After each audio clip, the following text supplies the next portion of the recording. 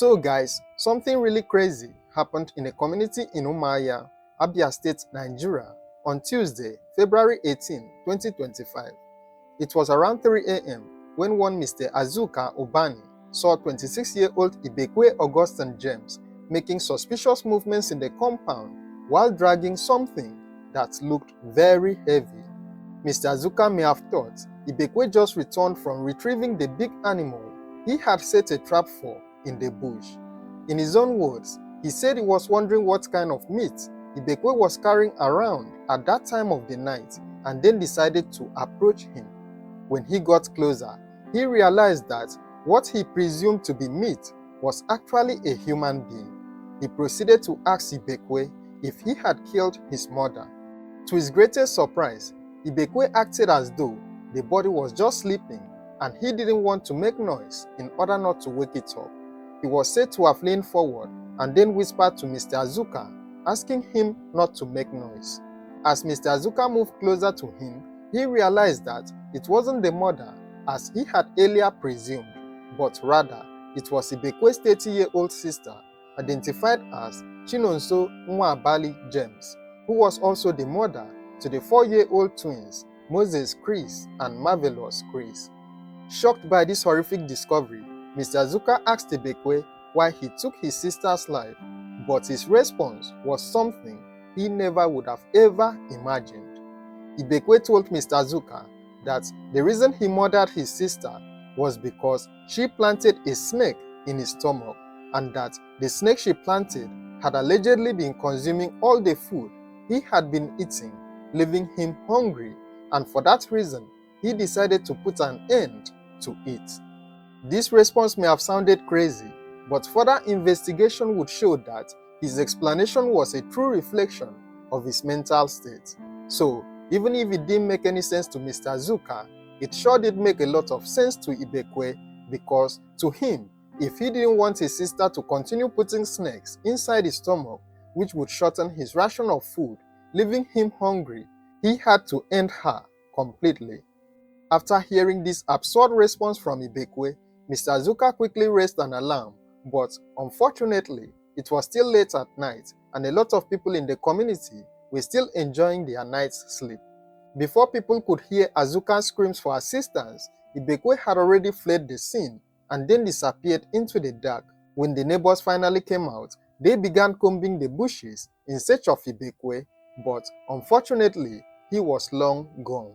After the search proved abortive, Mr. Azuka said he began to worry and also became curious about the well-being of Chinonso's twin children. To eliminate his concerns, he decided to direct a search for the twins. They checked inside the house, but sadly, none of the kids were inside.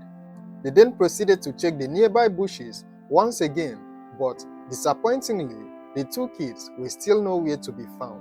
Mr. Azuka then recalled that he had seen Ibekwe carrying something before fleeing the scene that night. He asked the neighbors to follow him to the borrow pit in the area to check if Ibekwe had deposited the bodies there. After checking the pit without finding any remains, Mr. Azuka suggested that everybody should wait and that hopefully within 3 days they would see vultures hovering around the area if indeed the bodies had been left behind. As they were still searching around, they ran into a youth identified as Ogadimma and also others who were involved in the search. Ogadimma told them that while searching the bushes, they only came across a tiny spot that was not big enough to be considered a grave. The neighbors asked Ogadimma to lead them to the spot so that they could judge for themselves. When they got there, they discovered that it was indeed a shallow grave and that it contained the body of one of the twins. They then checked around the area, where they discovered the dismembered body of the second twins placed in a carton and covered with ashes. When the day broke and further searches were conducted, they found out that Ibekwe carried out the act using a dagger and a cutlass. A closer check showed that Ibekwe had neatly cleaned the blood on the floor of the room he carried out the act to avoid any traces that would give him away. In an interview with Ibekwe's mother, she disclosed that Ibekwe was mentally unstable. She also described his behavior as strange and that they never saw the brutal act coming since he doesn't smoke cigarettes or take hard drugs. The matter was reported to the Abia State Police Command, while the 3 bodies were deposited at the morgue in Federal Medical Center, Umuahia. Ibekwe remained at large but was later traced and arrested in Imo State, an entirely different but neighboring state to Abia, where the crime was committed. According to reports, Ibekwe was traced and arrested after he couldn't pay for an item he bought from a woman in the Imo community. The woman was said to have raised an alarm, which attracted the attention of the people around. Ibekwe was apprehended and interrogated by the people, but he sounded incoherent and couldn't give a concise or reasonable explanation as to why he bought the items without making payments. The community members collected Ibekwe's phone and then called his brother. That was when the abominable act he committed back in Abia State was disclosed to them. The community members held on to Ibekwe while his family and some youths from their community in Abia traveled down to Imo State to take him home.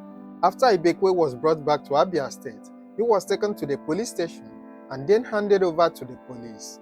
This was quite tragic, even though it wasn't the first time a mentally unstable person had murdered someone in the country.